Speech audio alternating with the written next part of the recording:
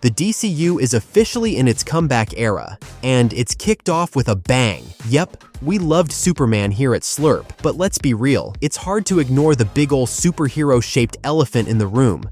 The genre's been struggling. The MCU's been wobbling, box office numbers are down, and everyone's been screaming superhero fatigue for years now. So yeah, launching a fresh DC franchise right now was a bold move, but somehow, Superman stuck the landing. And honestly, it's exactly the kind of reset the genre needed. No multiverse charts, no homework required, no 5-part Disney Plus spin-offs to watch beforehand, and blessedly, no tired origin story.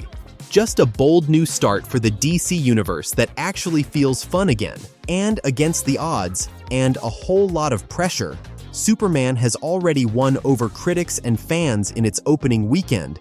So yeah, like the obsessive movie nerds we are, our brains immediately went, cool. But what's next for the DCU? Well, now it's Supergirl's turn to take flight. And you already know, we've got all the latest scoop on her first outing right here on SLUURP.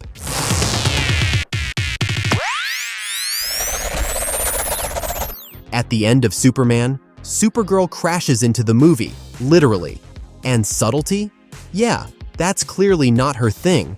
In the final minutes, Clark's back at the Fortress of Solitude getting patched up by his robot squad. Everything's chill, until a huge crash shakes the place. Gary, formerly known as Number 4, jokes that Clark's cousin still hasn't figured out where the entrance is. Cut to Kara Zor-El, either drunk, hungover, or maybe a bit of both, moaning about Clark moving the entrance.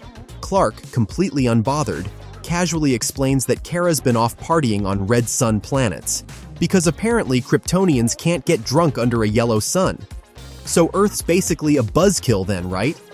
Krypto comes flying in like a furry bowling ball, absolutely launching himself at her. And plot twist, he's actually her dog. That whole foster situation Clark mentioned earlier?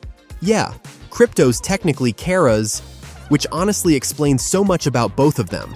And just like that, Supergirl has officially crash-landed into the DCU, literally and tonally. But what's way more interesting than Kara showing up drunk is why she's like that in the first place. The upcoming Supergirl movie, set for 2026, was written by Tom King, the same guy behind the Supergirl, Woman of Tomorrow comic series, which was the film's original title, before it got scrapped. With King writing both the comic and the screenplay, there's a very good chance the film will pull heavily from that 8-issue story. The Woman of Tomorrow comic actually opens with Kara drunk in a bar on some random red sun planet. She's turning 21, but it's not exactly a party. She's burnt out, lost, and full of pain. Krypto's there too, doing his best emotional support dog impression while she drowns her feelings in space booze. Kara's whole mission was to protect her cousin and keep him safe after Krypton was destroyed. But that plan went completely off track when she landed on Earth way later than expected, only to find her baby cousin had already grown up and become the world's greatest hero. Because of that, Woman of Tomorrow opens with Kara feeling more aimless than ever, struggling with how she's seen compared to Superman. So, it wouldn't be a surprise if the film follows suit and kicks things off in the same place. If the film does stay faithful to the comic, this is where things take a turn.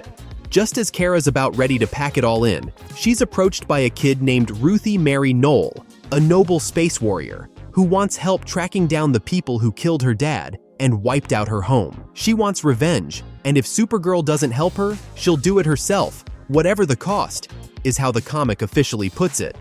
So yeah, looks like we might be getting a live-action Kryptonian, a crazy dog, and one seriously pissed-off kid heading off on a revenge mission across the galaxy. Back in January 2023, DC Studios co-CEO James Gunn gave us a pretty clear idea of what kind of Supergirl we're getting, one that's way darker and a lot more complicated. He said we can expect to see the difference between Superman, who was sent to Earth and raised by loving parents from the time he was an infant, versus Supergirl, raised on a rock, a chip off of Krypton, and watched everyone around her die and be killed in terrible ways for the first 14 years of her life and then come to Earth, adding that he is much more hardcore and not the Supergirl we're used to. And honestly, We're gassed that this adaptation looks like it's sticking so closely to Woman of Tomorrow. Ruthie's confirmed, and we've even got Krem of the Yellow Hills confirmed as the main villain, with Matthias Schoenaerts playing him. Fans are actually excited. For once, DC isn't being dragged through the mud.